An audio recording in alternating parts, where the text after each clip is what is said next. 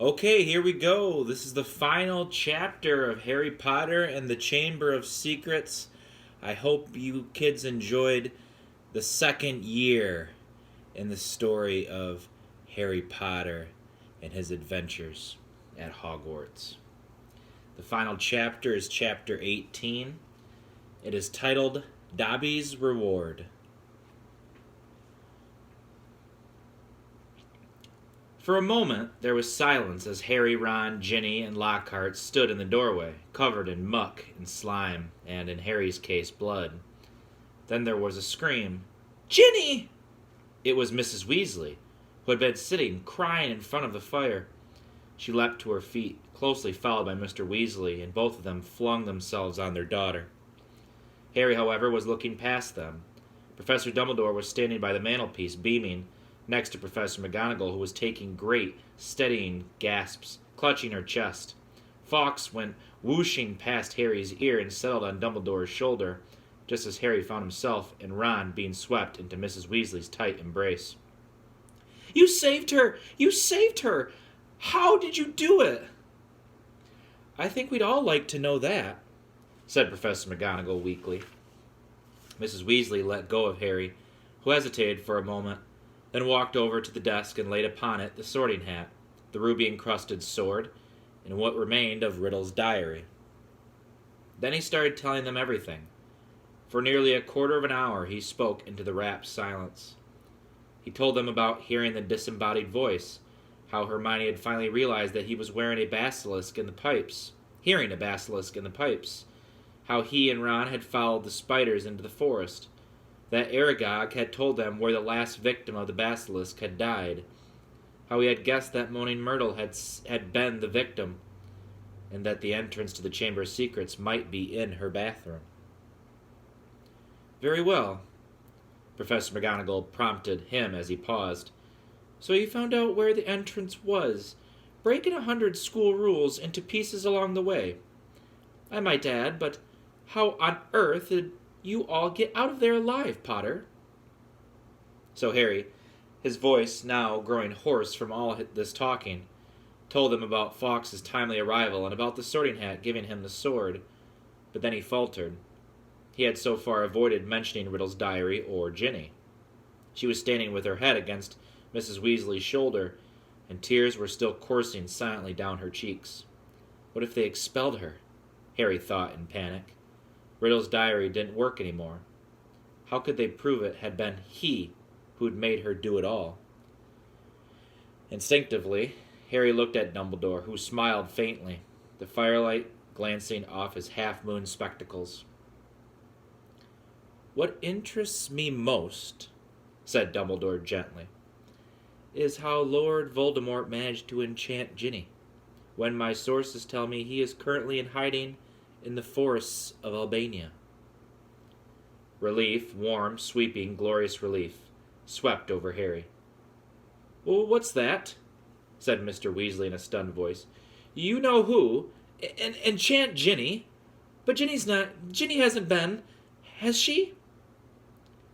"It was this diary," said Harry quickly, picking it up and showing it to Dumbledore. "Riddle wrote it when he was 16. Dumbledore took the diary from Harry and peered keenly down his long, crooked nose at its burnt and soggy pages. "Brilliant," he said softly. "Of course, he was probably the most brilliant student Hogwarts has ever seen." He turned around to the Weasleys, who were looking utterly bewildered. "Very few people know that Lord Voldemort was once called Tom Riddle. I taught him myself 50 years ago at Hogwarts. He disappeared after leaving the school, traveled far and wide, sank so deeply into the dark arts, consorted with the very worst of our kind, underwent so many dangerous magical transformations, that when he resurfaced as Lord Voldemort, he was barely recognizable. Hardly anyone connected Lord Voldemort with the clever, handsome boy who was once head boy here." "But Ginny," said Mrs. Weasley. "What's our Ginny got to do with him?" "His diary," Ginny sobbed. "I've been writing in it, and he's been writing back all year." Ginny, said Mr. Weasley, flabbergasted. Haven't I taught you anything? What have I always told you? Never trust anything that can think for itself if you can't see where it keeps its brain. Why didn't you show the diary to me? Or your mother? A suspicious object like that, it was clearly full of dark magic. I didn't know, sobbed Ginny. I found it inside one of the books Mum got me. I thought someone had just left it in there and forgotten about it. Miss Weasley should go up to the hospital wing right away, Dumbledore interrupted in a firm voice. This has been a terrible ordeal for her. There will be no punishment. Older and wiser wizards than she have been hoodwinked by Lord Voldemort. He strode over to the door and opened it. Bed rest and perhaps a large steaming mug of hot chocolate. I always find that cheers me up. He added, twinkling kindly down at her. You will find that Madame Pomfrey is still awake. She's just giving out mandrake juice. I dare say the basilisk victims will be waking up any moment. So Hermione's okay? Said Ron brightly. There has been no lasting harm done, Ginny, said Dumbledore. Mrs. Weasley led Ginny out, and Mr. Weasley followed, still looking deeply shaken. You know, Minerva, Professor Dumbledore said thoughtfully to Professor McGonagall, I think all this merits a good feast. May I ask you to go and alert the kitchens? Right, said Professor McGonagall crisply, also moving to the door. I'll leave you two to deal with Potter and Weasley, shall I? Certainly, said Dumbledore. She left, and Harry and Ron gazed uncertainly at Dumbledore. What exactly had Professor McGonagall meant? Deal with them. Surely, they weren't about to be punished. I seem to remember telling you both that I would have to expel you if you broke any more school rules, said Dumbledore. Ron opened his mouth in horror. Which goes to show that the best of us must sometimes eat our words, Dumbledore went on, smiling. You will both receive special awards for services to the school, and, let me see, yes, I think 200 points apiece for Gryffindor. Ron went as brightly pink as Lockhart's Valentine flowers and closed his mouth again.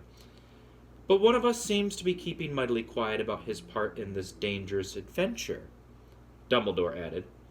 Why so modest, Gilderoy? Harry gave a start. He had completely forgotten about Lockhart. He turned and saw that Lockhart was standing in a corner of the room, still wearing his vague smile. When Dumbledore addressed him, Lockhart looked over his shoulder to see who he was talking to. Professor Dumbledore? Ron said quickly. There was an accident down in the Chamber of Secrets. Professor Lockhart... Am I a professor? Said Lockhart in mild surprise. Goodness! I expect I was hopeless, was I? He tried to do a memory charm and the wand backfired, Ron explained quietly to Dumbledore. Dear me, said Dumbledore, shaking his head, his long silver mustache quivering. Impaled upon your own sword, Gilderoy? Sword? Said Lockhart dimly. Haven't got a sword. That boy has, though. He pointed at Harry. He'll lend you one. Would you mind taking Professor Lockhart up to the infirmary, too? Dumbledore said to Ron. I'd like a few more words with Harry. Lockhart ambled out. Ron cast a curious look back at Dumbledore and Harry as he closed the door.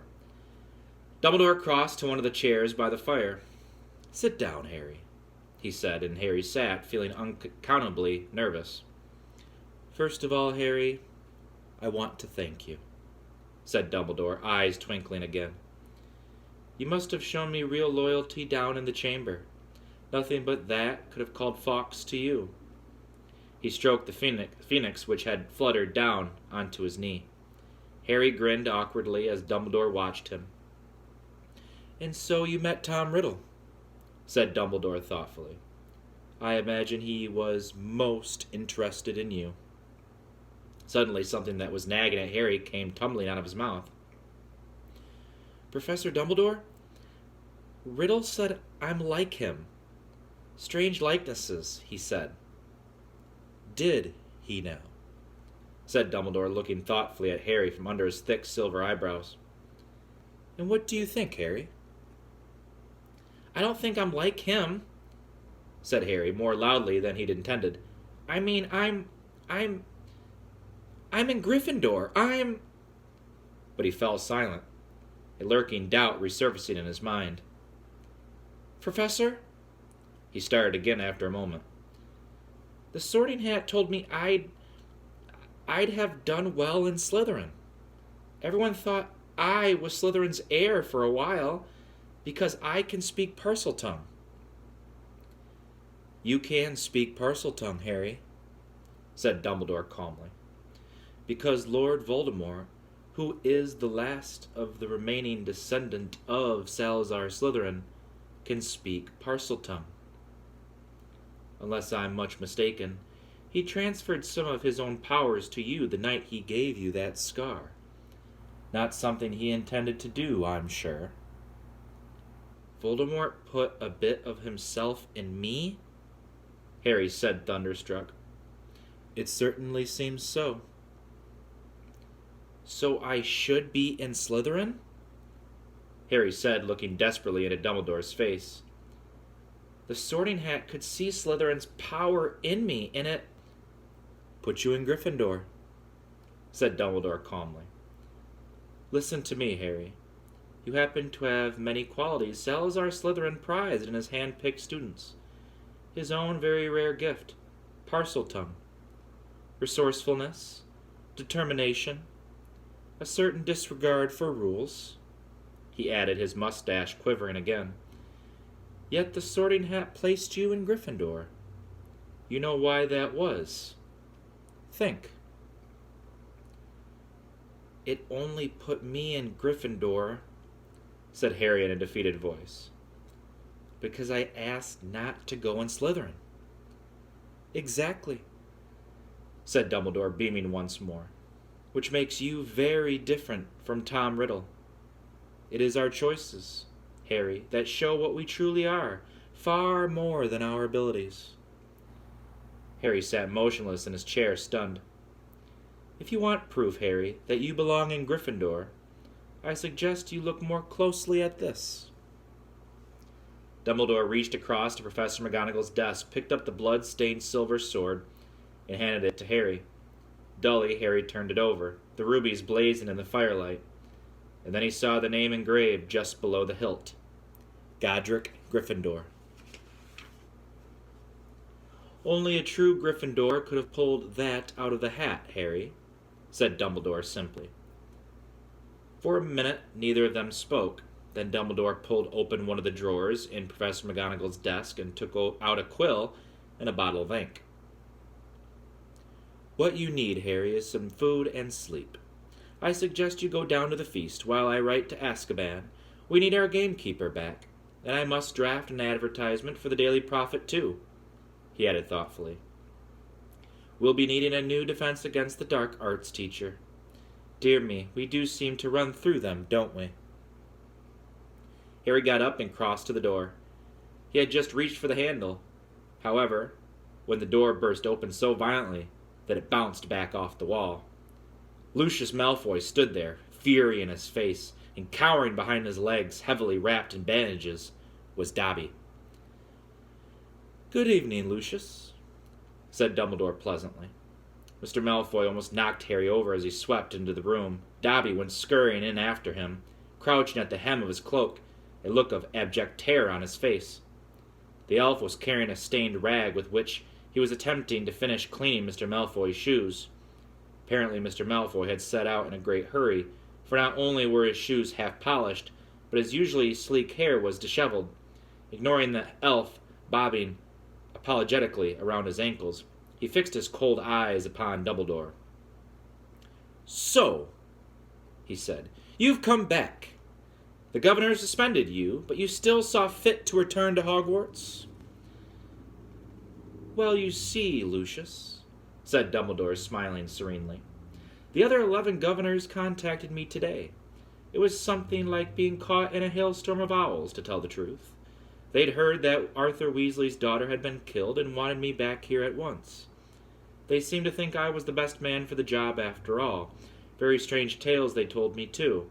Several of them seemed to think that you had threatened to curse their families if they didn't agree to suspend me in the first place."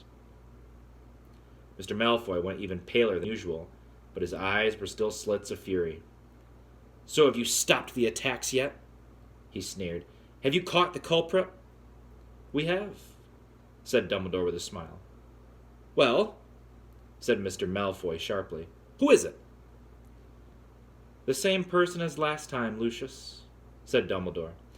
"But this time, Lord Voldemort was acting through somebody else by means of his diary."